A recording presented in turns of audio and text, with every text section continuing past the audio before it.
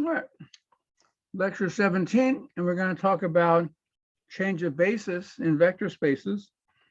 And I posted some notes on Blackboard, and those are the notes we're going to follow on this subject. So suppose we have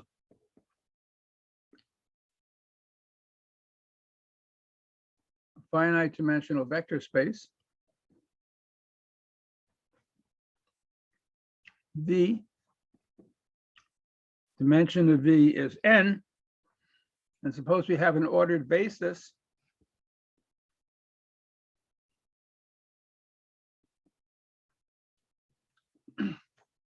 f1 up to fn. So we know that for every vector V in the vector space, we can write V uniquely as some linear combination of the basis vectors and the what we call the coordinate vector for V with respect to the basis F is, I'll write V in square brackets with a subscript F around it. And I like to write vectors as column vectors. It's your choice whether you want to write vectors as column vectors or row vectors.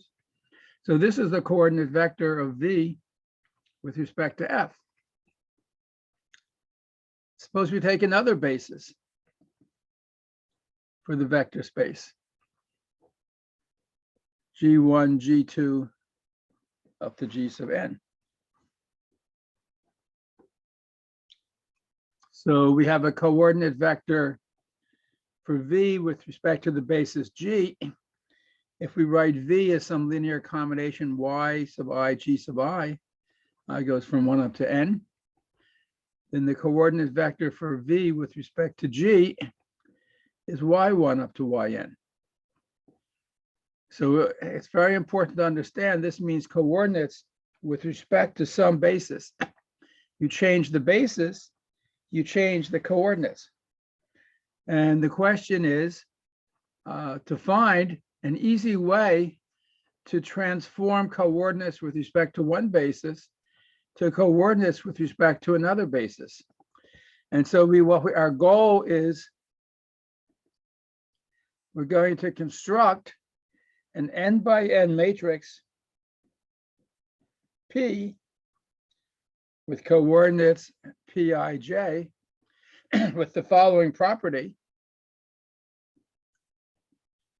If I have the coordinate vector for V with respect to the basis F, and I multiply it by the matrix P, if I take P times this coordinate vector, what I get is the coordinates for V with respect to G.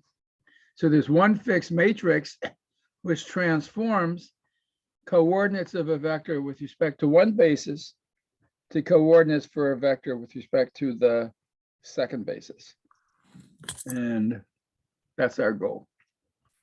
Okay. And there is an intermediate step before I write down what the matrix is. And that is in lemma 1 at the bottom of the first page of the notes.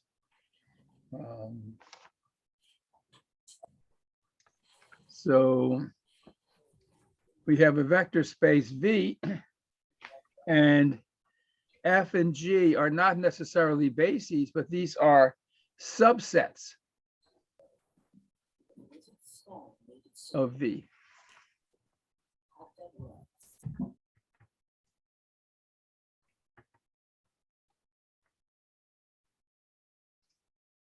And if you have any subset of a vector space, I'll write these brackets around F, that this be the subspace of V generated by F. That is, this is the smallest subspace of the vector space that contains the set F. And what it is exactly is the set of all linear combinations of vectors in the set F. And similarly, G with brackets around it is the subspace of V generated by G. So we have several statements we can make. So let me call this, as I do in my notes, W sub F is the subspace generated by the set F. W sub G is the subspace generated by the set G. So the subspace generated by G is contained in the subspace generated by F if and only if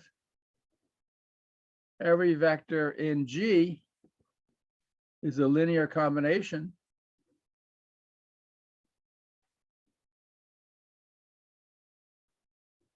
of vectors in F. That's the first statement. And the second statement is that, but it's just an immediate consequence, the subspace generated by G equals the subspace generated by F if and only if every vector in F is a linear combination of vectors in G, and I can replace this, every vector in G is a linear combination of vectors in F. I mean, it's all written down in the notes, so I don't need to write it down exactly here. And this has nothing to do with the vector space V being infinite or finite dimensional, or F and G being finite or infinite sets. It's always true. So proof. So WF is the set of all linear combinations of vectors in F. So if the subspace generated by G is contained in the subspace generated by F, the subspace generated by G certainly contains every vector in G. So every vector in G is a linear combination of a vector in F. So if G sub J is some vector in G, then G sub J is some summation xi j f sub I. This is some finite linear combination. So we have so it's connected to this, associated to the vector in G. There's a finite set of vectors in F, such that G is a linear combination of those F vectors. It's in the coordinates that say xij.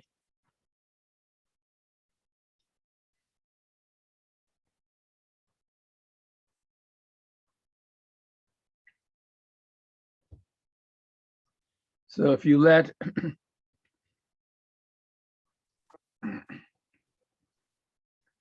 W be any vector in the vector space generated by G, W is some sum y sub I, y sub j, g sub j. It's some finite linear combination of vectors in G. So it's a finite linear combination where J goes through some finite set. I'll call it J sub W. So given the vector W, there's a set of vectors in G, a finite set. So I'll call the J's J sub W, such that this is true. But then I can replace each Gj by this linear combination. So this is a sum over all J, a sum over I, xij, y sub j, f sub I. This is a linear combination of vectors in F. So that's the proof of the first assertion. if you have a subspace generated by a set F, a subspace generated by a set G, and if WG is contained in WF, then every vector in WG is a linear combination of vectors in F.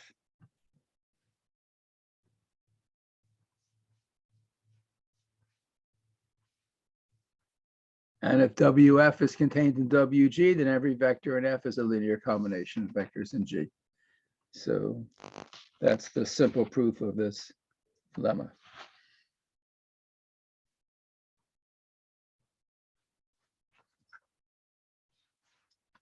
So theorem 1 says the following. We have a vector space V. Dimension of V is n. And we have a basis F. So this is an ordered basis consisting of n different vectors. Let G be an ordered set of vectors, not necessarily a basis.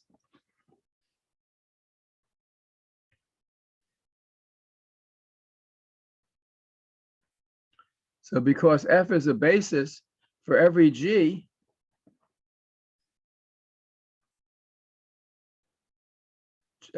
sub J, so for all J from 1 up to n, you can write G sub J as some linear combination, Pij F sub I goes from 1 up to n. Because these are vectors in the vector space and the F's are a basis. So consider the matrix P. This is an n by n matrix where the jth column comes from these numbers. This is, for example, the first column when J is 1, you have P11, P21 down to Pn1. The jth column is P1J, P2J down to Pnj. And then the last column is P1n, P2n down to Pnn. So I have this matrix P, and the theorem says that G is a basis for W if and only if the matrix P has an inverse. P is invertible.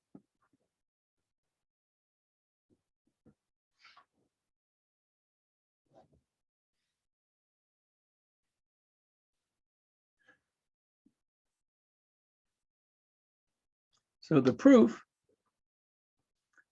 so suppose G is a basis for V.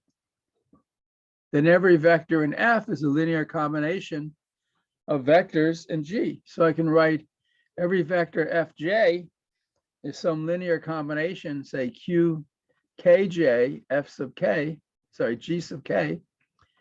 K goes from 1 up to n.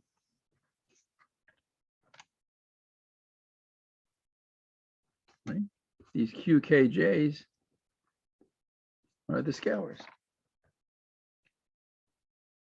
And of course, from these Qs, I get a matrix Q. If I wanted to write it down, I will in a moment.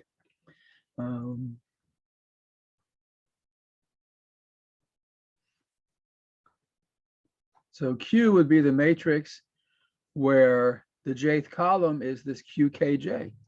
So the first column would be Q11 down to Qn1. The jth column is Q11, Q1J down to Qnj, up to Q1n down to Qnn. That's the matrix that comes from these numbers. Right? I'll work out some examples in a minute, but this is just writing down the theory, straightforward. So what can I say? F sub j is summation k goes from 1 up to n, qkj, g sub k. But g sub k is what? G sub k is summation I goes from 1 up to n, pi, so this is G sub k, so j is replaced by k, pik f sub I. If I interchange my summations, I goes from 1 up to n, k goes from 1 up to n. I have pik, qkj, f sub I. This is a linear combination of the vectors f sub I equal to f sub j. But the f's form a basis, so a vector has a unique representation as a linear combination of the f's. That means these coefficients, the jth one has to be 1 and all the others are 0. So what that says is summation k goes from 1 up to n, pik, qkj, what does that equal to? If I is equal to j, this is 1. If I is different from j, this is 0. That's just exactly what we call the Kronecker delta, called delta sub ij. That's just a number which is 1 when I equals j and 0 otherwise. Well, that's pretty impressive, because what does that say?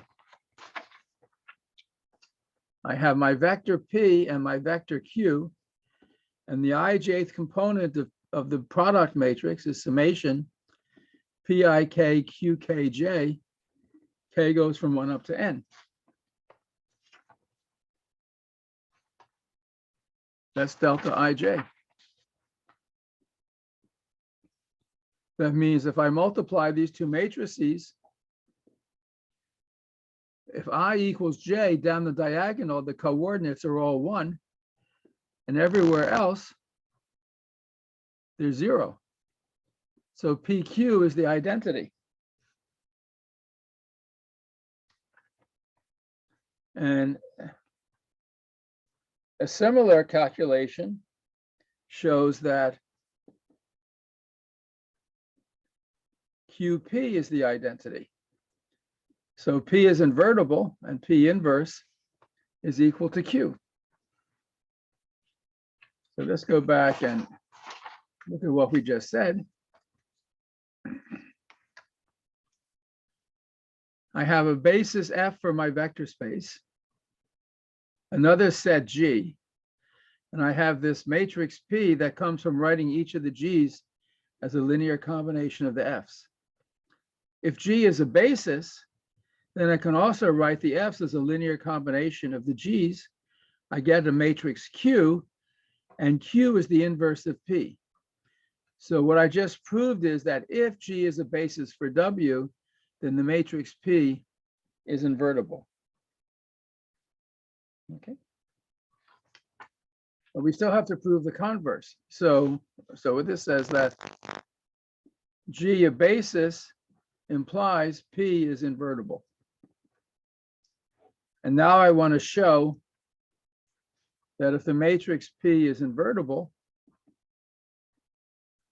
then G is a basis for V.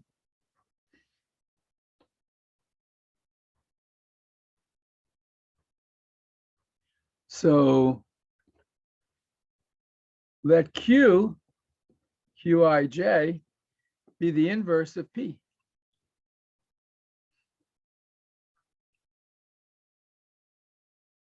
So how did we get the matrix P?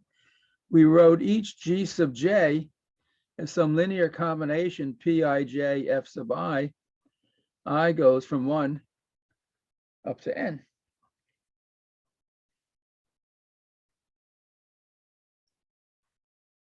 Suppose I calculate summation Qkj G sub k. K goes from 1 up to n. So this is a linear combination of the G's. Well, what is that? This is summation K where Q was the inverse of the P.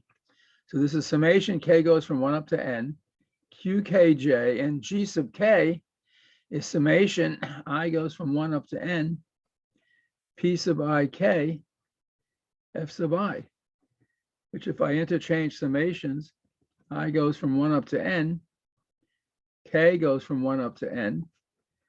P, I, K, Q, K, J, F sub I. But this is the Kronecker delta because P and Q are inverses of each other, inverse matrices. This is summation. I goes from 1 up to n. Delta I sub j, F sub I. This is 0 except when I equals j. So this is F sub j. So what this says is that every vector fj is a linear combination of the g's. And that implies that G is a basis by the first lemma. G is a basis. Now, I understand that when you see this for the first time, this is extremely hard to follow. And that's why, hopefully, in addition to the notes, you have time to study them, because the only way to learn this is sitting somewhere, a quiet place, I think is always best, and studying with a lot of paper and pencil near you. So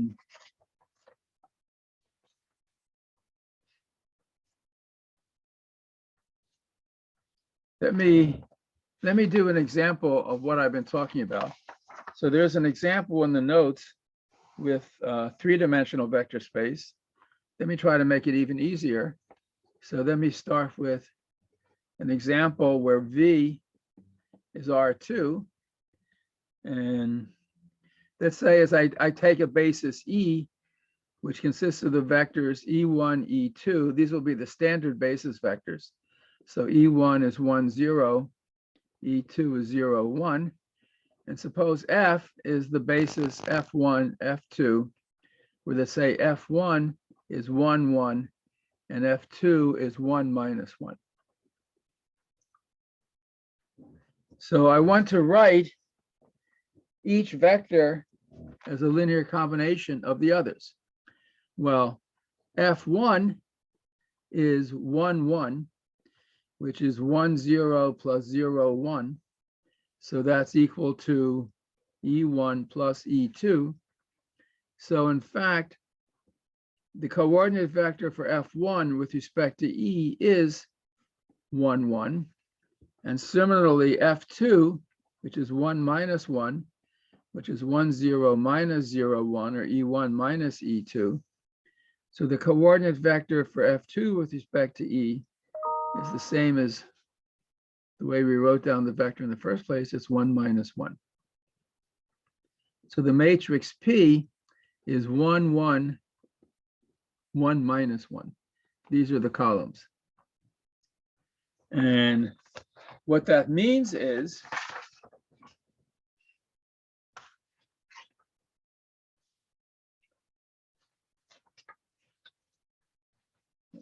I want to make sure I'm using the same notation as consistently as I can.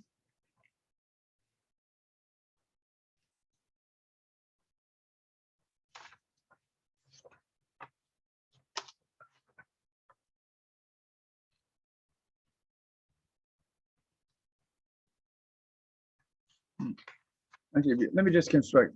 So that's this matrix P. Then I want to write each vector E is a linear combination of the F's. So E1, which is 1, 0, I want to write that as some Q11 F1 plus Q21 F2. That's Q11 1, 1 plus Q21 1 minus 1. That's Q11 plus Q21. Q11 minus Q21. So I'm solving linear equations. Q11 plus Q21 equals 1, and Q11 minus Q21 equals 0. It's easy to solve because if I add, I get 2 Q11 equals 1. So Q11 equals a half. And if Q11 is a half, Q21 is also a half. So in the matrix Q, the first column will be a half, a half. What about E2? E2 is 0, 1, which I want to write as a linear combination of these two vectors. I'll call this Q12 and Q22. So this will be Q12 plus Q22, Q12 minus Q22. So I get the equations Q11 plus Q22 equals 0, Q12 and Q12 minus Q22 equals 1. Again, I add, I get 2 Q12 equals 1. So Q12 is a half and Q22 is minus a half. So this matrix is a half minus a half. And my theorem says that these matrices are inverses of each other. So PQ, which is 1, 1, 1 minus 1 times Q, a half, a half, a half minus a half. Let's see, what do I get? I get a half plus a half, oops, let's see, something is wrong. What did I do wrong? There's some arithmetical error here.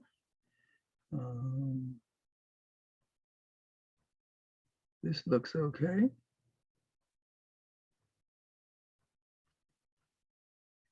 And let's see. If I add these, I get 1, 0. If I subtract them, so minus a half, let's see. So a half, oops, something is not correct here.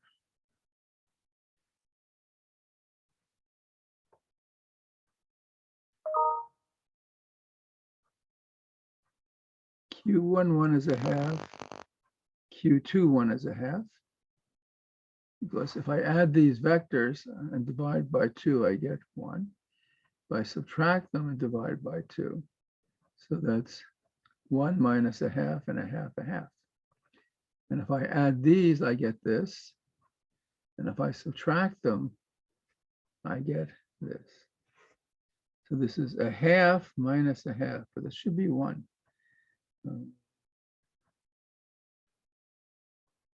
So something is wrong in the world.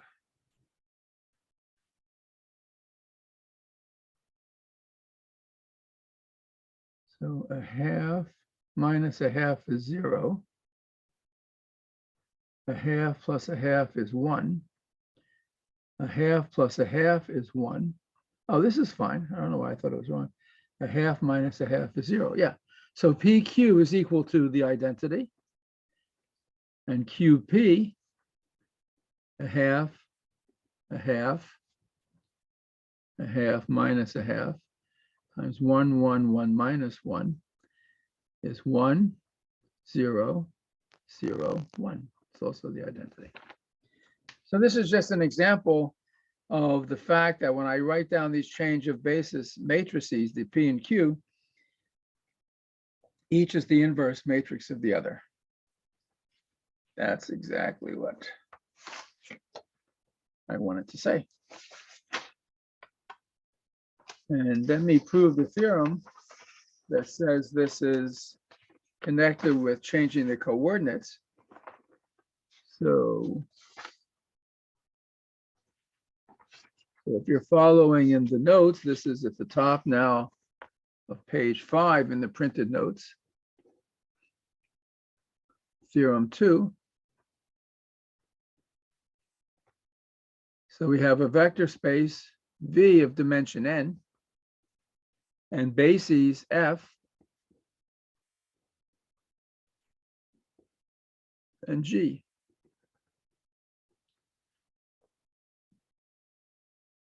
And we define the matrices. They're both n by n matrices. P is Pij, Q is Qij, as follows, namely, G sub j is summation Pij f sub I, and f sub j is summation Qij G sub I. I goes from 1 to n in both cases. So writing each vector as a linear combination of the vectors in the other bases gives us these coordinates Pij and Qij in the matrices. So, and the theorem says that if you let Vf be the coordinate vector of V with respect to the basis F, and Vj, the coordinate vector of V with respect to the basis G, if I take the coordinates for V with respect to G, multiply by the matrix P, I get the coordinate vector for V with respect to F. And if I take Q times the coordinate vector for V with respect to F, I get the coordinate vector for V with respect to G.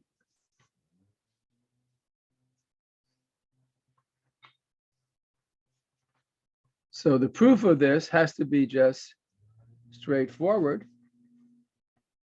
Suppose that V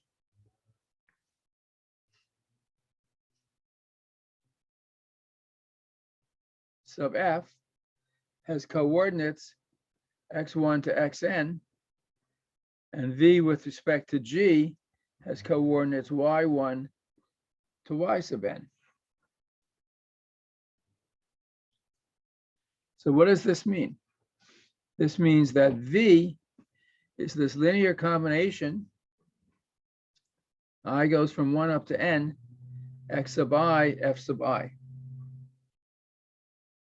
And V is this linear combination. J goes from 1 up to n, y sub j, g sub j. But each g sub j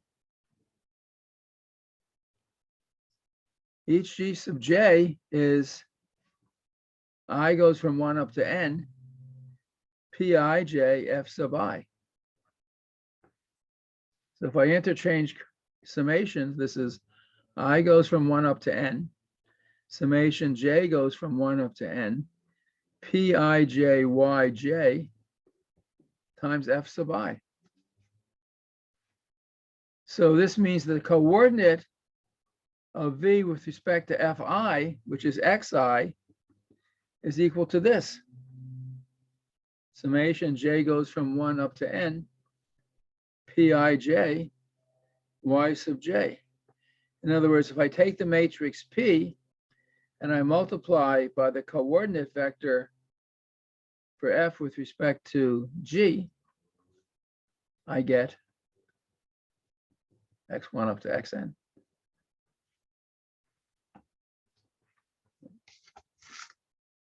That's the proof of this. And exactly the same proof gives us this.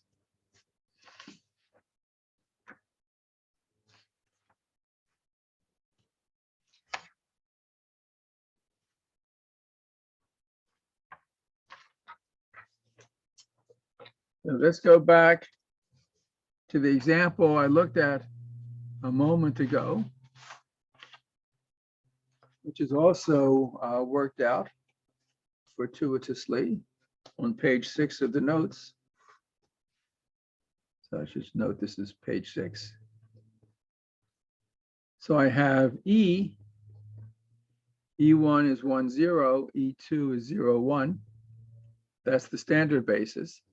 And F is the vectors F1 equal 1, 1, and F2 equal 1 minus 1. And we have that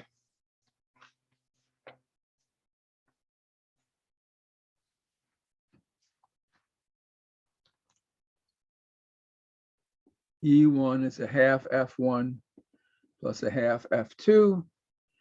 E2 is a half F1 minus a half F2. which gave us the matrix P, a half, a half, a half, minus a half. And we also had the relations F1 equals E1 plus E2, and F2 is E1 minus E2.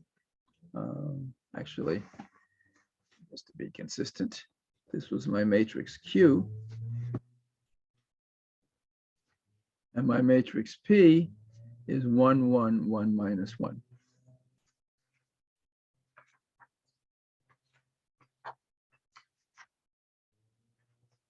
So what we just said is that if I take a matrix V and its coordinates with respect to this basis F, and I multiply by P, I get the coordinates for V with respect to E. And if I take a vector whose coordinate matrix with respect to E is this, and I multiply by Q, I get the coordinates for V with respect to F.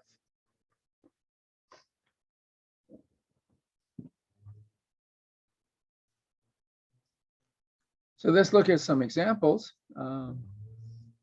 Suppose I take the vector V, which is minus 4F1 plus 15 F2 in R2.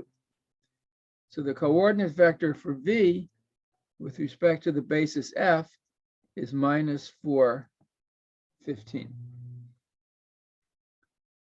What is P times this coordinate vector? The matrix P is 1, 1, 1 minus 1 times this vector minus 4, 15. I get minus 4 plus 15 is 11. Minus 4, I get 11, 19. So that's the coordinate base vector for V with respect to E. Let's just check. What is minus 4F1 plus 15F2?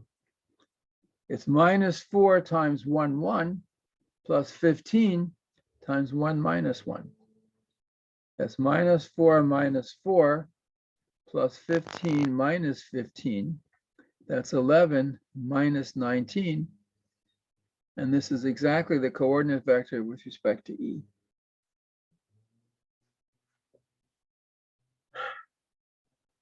So this seems to work out.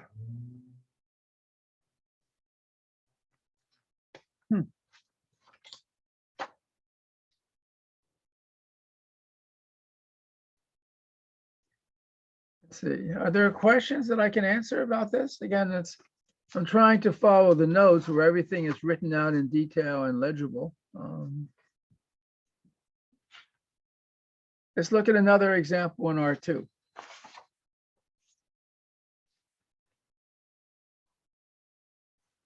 So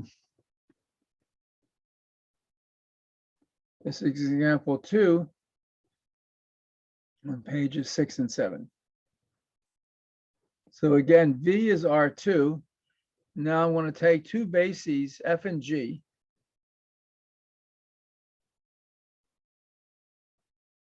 So F1 and F2, G1 and G2. F1 will be the vector 2, 3, and F2 will be the vector 3, 4. G1 will be the vector minus 3, 1, and G2 will be the vector minus 7, 2. And I want to construct the change of basis matrices. So I have to write each vector in each basis as a linear combination of the vectors in the other basis.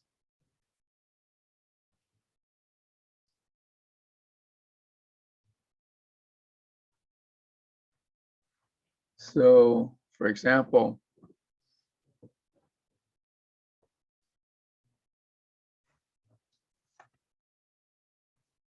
I want to write G1 as some linear combination P11 F1 plus P21 F2. So this is a matrix equation I have to solve. What is G11? G1 is minus 3, 1. And that's some number, scalar P11 times the vector F1 plus a number P21 times the vector F2. I have to solve this equation. Again, this is just high school algebra now. It's 2 equations and 2 unknowns. This is 2P11, 3P11, plus 3P21, 4P21. So that's 2P11 plus 3P21, 3P11 plus 4P21. This vector has to equal this vector. So the first coordinate, 2P11 plus 3P21, has to equal minus 3. And 3P11 plus 4P21 has to equal 1. Right? So I'm solving 2 equations and 2 unknowns.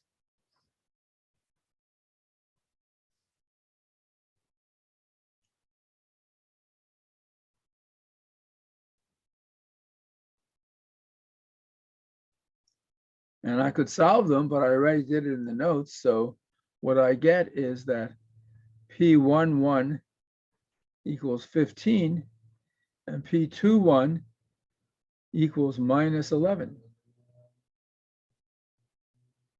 Let's check. 2P11 is 2 times 15 plus 3 times minus 11 is 30 minus 33 is minus 3.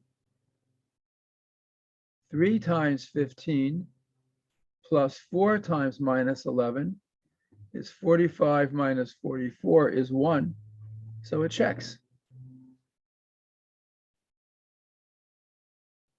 And then I have to write the second basis vector, G2, is some linear combination, P12F1 plus P22F2.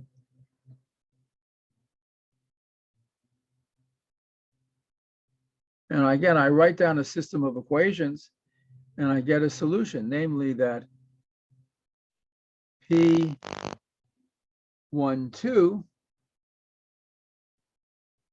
is 34 and P22 is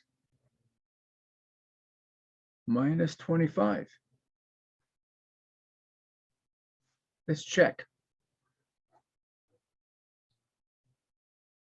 So what is P12F1 plus P22F2? That's 34 times the vector 1, 1 minus 25 times the vector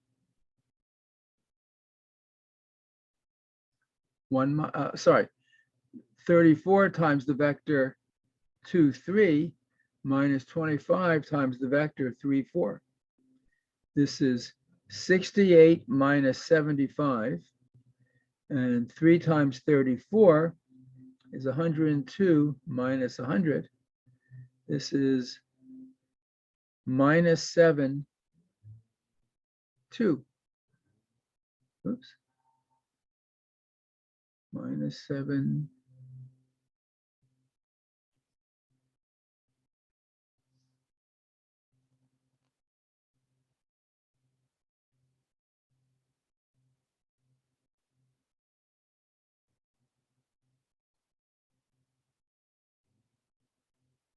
Oops. I think this is it. Maybe this is 15. Let's see. This is 68 minus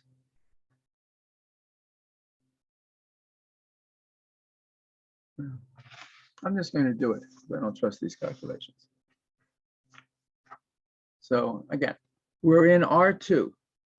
We have a basis F that consists of the vectors F1 equal to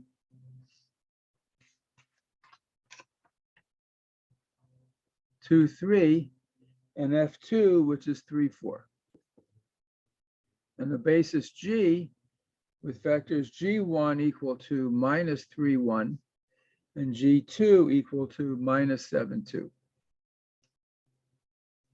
And I want to write each vector as a linear combination of the others. So I want to be able to write G1 as a linear combination P11F1 plus P21F2. And I want to write G2 as a linear combination P12F1 plus P22F2. So if you write this down, what does this say? It says G1, which is minus 3, 1, has to be P11 times 2, 3 plus P21 times 3, 4. This is 2P11 plus 3P21, 3P11 plus 4P21. So 2P11 plus 3P21 equals negative 3, and 3P11 plus 4P21 equals 1. This is two linear equations in two unknowns. Let's see, if I want to eliminate some variables, I can multiply the first equation by 3. I get 6P11 plus 9P21 equals minus 9. I can multiply this equation by 2. I get 6P11 plus 8P21 equals 2. If I subtract, I get P21 equals minus 11. If P21 is minus 11, 2P11 is minus 3P21 is minus 3 plus 33 is 30. So P11 is equal to 15.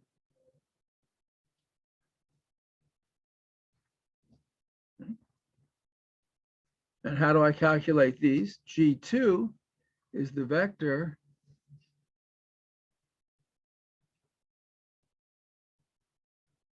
minus 7, 2. That's equal to P12 times the vector 2, 3 plus P22 times the vector 3, 4. This is equal to 2P12 plus 3P22, 3P12 plus 4P22. So I get the following two equations and two unknowns.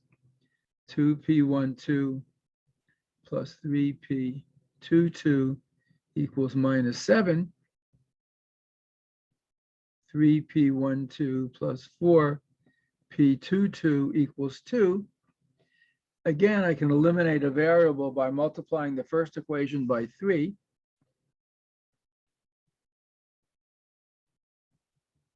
And multiplying the second equation by 2. And when I subtract, I get P22 equals minus 25. So 2P12 is minus 7 minus 3P22. That's minus 7 plus 75 is 68. So P12 equals 34.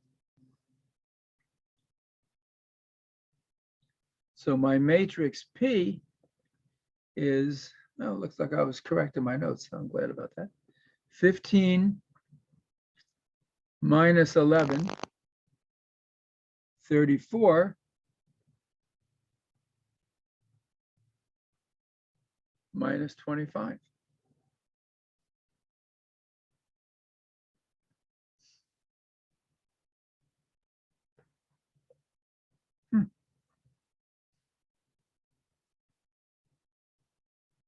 And if I do some work and find the matrix Q,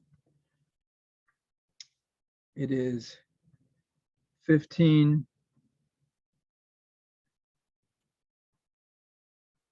sorry, it is minus 25, 11, minus 34,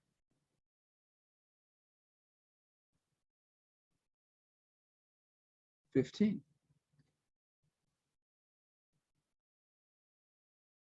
Oops. Let's see. Well,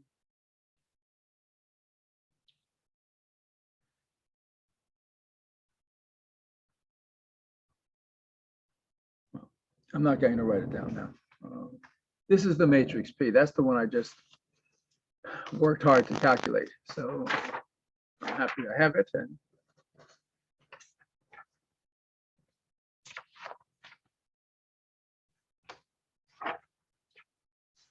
so the matrix P is 15 minus 11, 34 minus 25. And this is the change of basis matrix going in the following direction.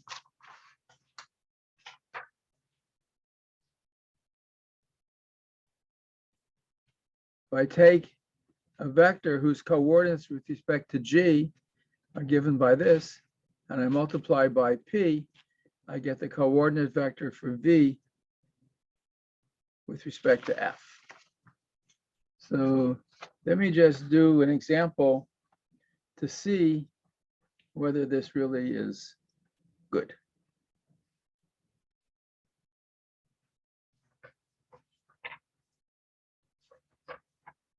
So suppose the coordinates for V with respect to G are, let's say, I don't know, -1, 4. So that means V is the vector -1 G1 plus 4 G2.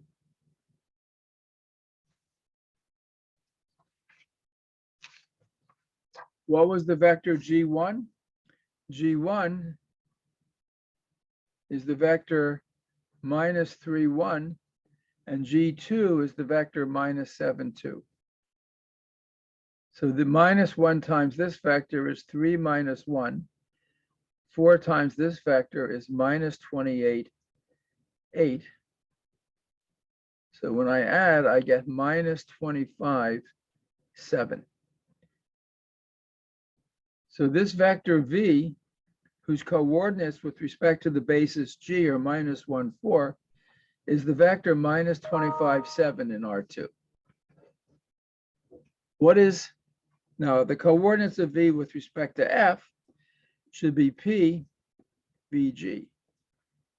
So that is the matrix P, 15 minus 11, 34 minus 25 times the coordinates of V with respect to G, which are -1, 4. So what is this? This is -15 plus 136, 11 minus 100. Ooh. So this vector has coordinates 121 and -89. So these are the coordinates for V with respect to F. Ooh, didn't expect such big numbers. -15 plus 136 is -121. 11 minus 100 is -89. So that means the vector V is 121 times the vector F1 minus 89 times the vector F2. Let's see whether that's right. That's 121. F1 was the vector 2, 3 minus 89 times F2, which is the vector 3, 4. So this is 121 times 2 is 242. 3 times 121 is 363. Minus 3 times 89. 3 9s are 27. 3 8s are 24, 26. And 4 9s are 36. 4 8s are 32, plus 3 is 35. So this is the vector 242 minus 67 is -25. 363 minus 356 is 7. And we see a miracle has happened. We get exactly the right answer, right? Each of these vectors is minus 25, 7. Huh. I'm always happy when a long calculation turns out to be correct.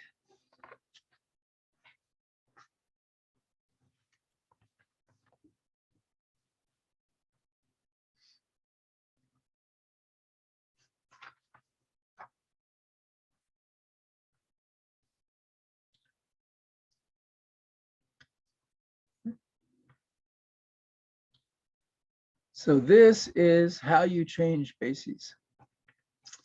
So let me just summarize this again as follows.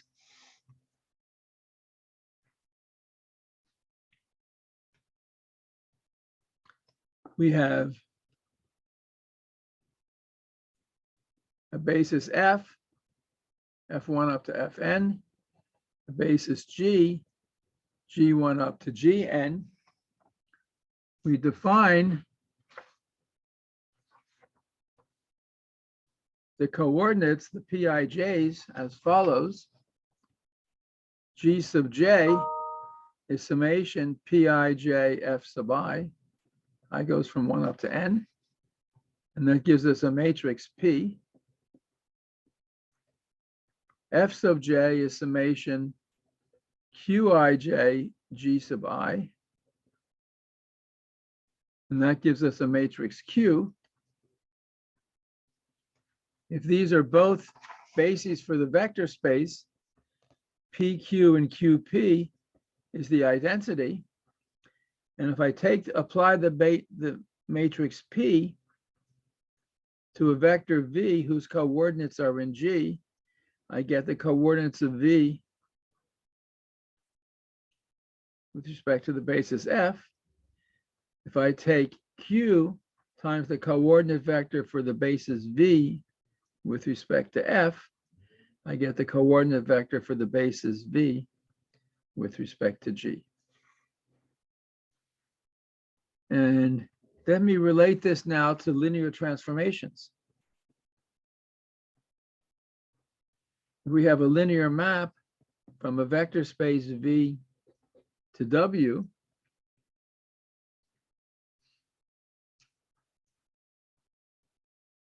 And suppose we have a basis V, a basis F,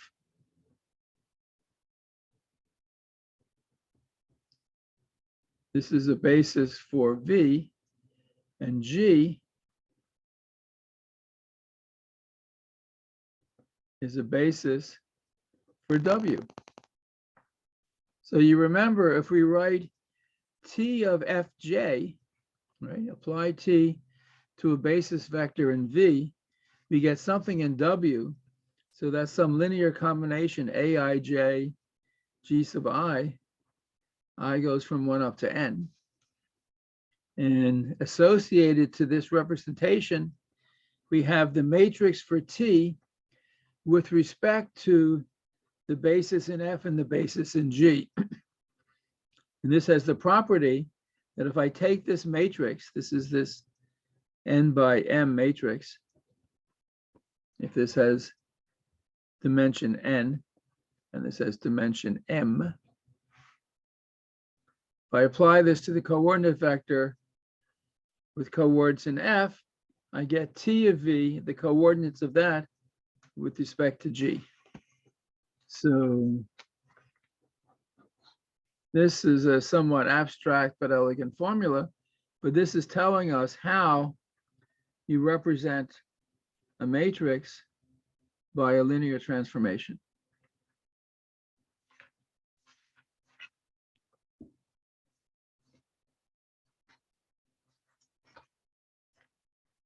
But what this means is, if you change the bases for your vector spaces, you change the matrix. And we would like to know, how does the matrix transform? So here I have the matrix for T with respect to bases F and G. Suppose I have different bases. So let me just write this again at the top of the page over here. So I have this n by n matrix. And if I apply it to a vector whose coordinates, to the coordinate vector with respect to f, I get the vector t of v and its coordinates with respect to g. But suppose v has two different bases, f, and let's say f prime, and w has bases g and g prime.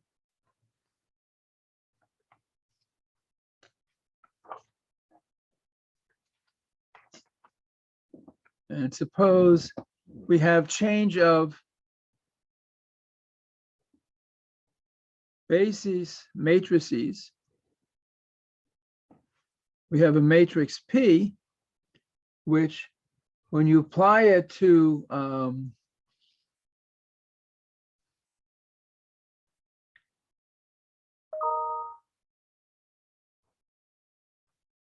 vector whose coordinates are with respect to f, you get the coordinates of v with respect to f prime.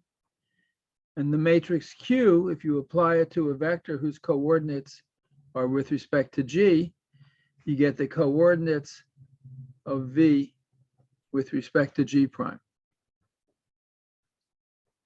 And I want to compute the matrix for t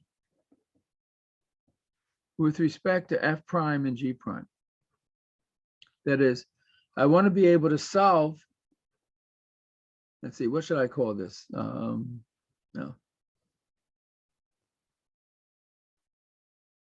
Oh, that's just what it is. So I want t, this is this matrix. If I apply it to a vector v whose coordinates are with respect to f prime, I get t of v, the coordinate vector with respect to g prime.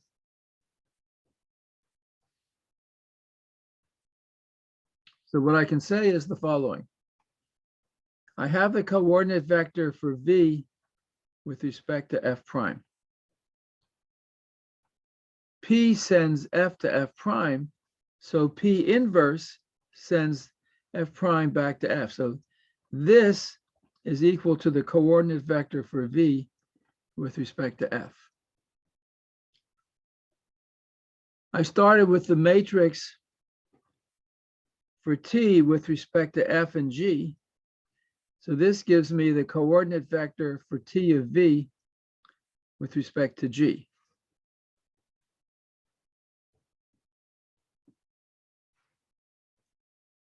And if I have the coordinate vector with respect to g, and I apply q to that, I get the coordinate vector for t of v with respect to g prime. So here I have an n by n matrix, or n by m matrix, QTP inverse, applied to a vector with coordinates in f prime, gives me the vector with coordinates in g prime. That means that the coordinate vector for t, for the matrix T, or the matrix for the linear operator T with respect to the bases g prime and f prime is Q T F G P prime.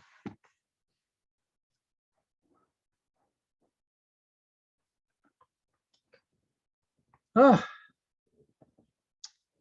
okay. So the only way to figure out what really is going on is to spend some time computing some examples. So I already had a change of basis matrix with respect to some pair of bases. So let's take an easy case as an example. So let me try to construct the following example. Suppose V is R2 and T is just a map from R2 to R2 to itself. So a moment ago, I had two different bases for R2. The basis F was 2, 3, and 3, 4. And I had a basis G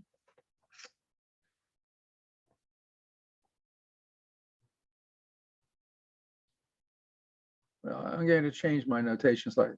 This is a basis for V, and well, here, G, which is minus 3, 1, and minus 7, 2, was another basis for V. And I had change of basis matrices that I calculated. P was equal to what?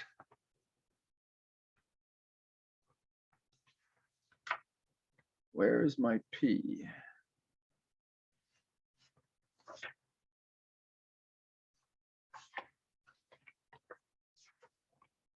P was 15 minus 11, 34 minus 25, and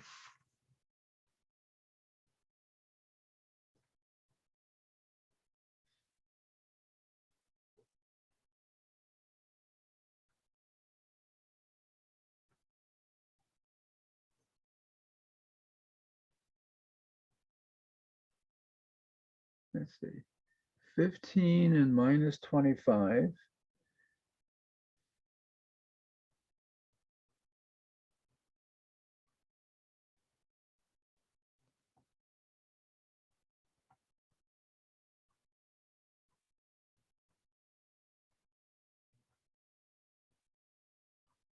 And Q, which is P inverse, I can actually figure out this is 25 minus 15.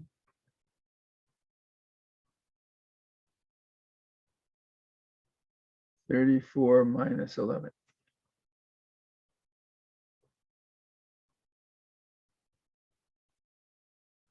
So these are the change of basis matrices for going from the basis F to the basis G.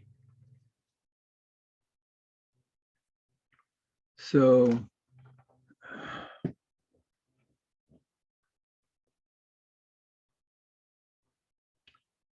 F, I'm going to start with this basis, F, and F prime to be, well, actually, I'm not going to do this. I think because it's just a very, very, very long calculation, and it'll take me half an hour to do it. And I think what I'll do is I'll work it out and put it into the notes.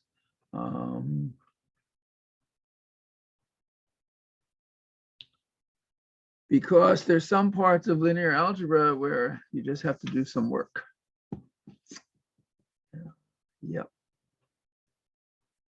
Okay. All right. So in the notes, it's only 4 or 5 pages, but there's a lot of material here. So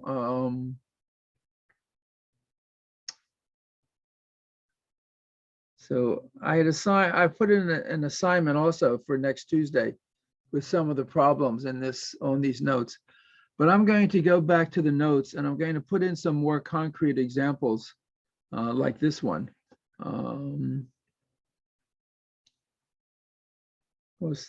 This is sort of fundamental linear algebra. Linear algebra is the study of vector spaces and linear maps or linear transformations between them. And these things are only concrete when you can write things down with respect to a basis. But you change the basis and you change the coordinate vectors and you change the matrix for the linear transformation. So it's important not just theoretically, but sort of physically, concretely, to be able to do these calculations. So that's the story. That's what we're going to learn. Any questions about this? I do have an office hour tonight, and I'll have another office hour later in the week, I think, in case there were more, in case you look at this and then you want to come and ask me some questions. But this is a kind of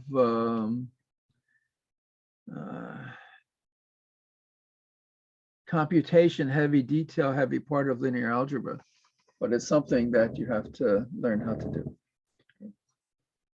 Any questions about this that I can answer right now? Okay. All right. So the notes are on Blackboard. And, I think by tomorrow, I will try to put up a revised set of notes, which will just add some more examples and more calculations just to make it a little bit more concrete, if that makes any sense. And next class is a week from today. We only have realistically 7 or 8 more lectures in this semester, because this is lecture 17, and we have 28 classes in a semester at CUNY. But there'll be a midterm and a session to review for the midterm and a session to review for the final. So that subtracts 3 from the 11 that are left. So we have about 8 more lectures. And there's a lot of stuff I still want to do. So, okay. Professor. Yes, sir. Do we have class next Tuesday? Next Tuesday? Okay.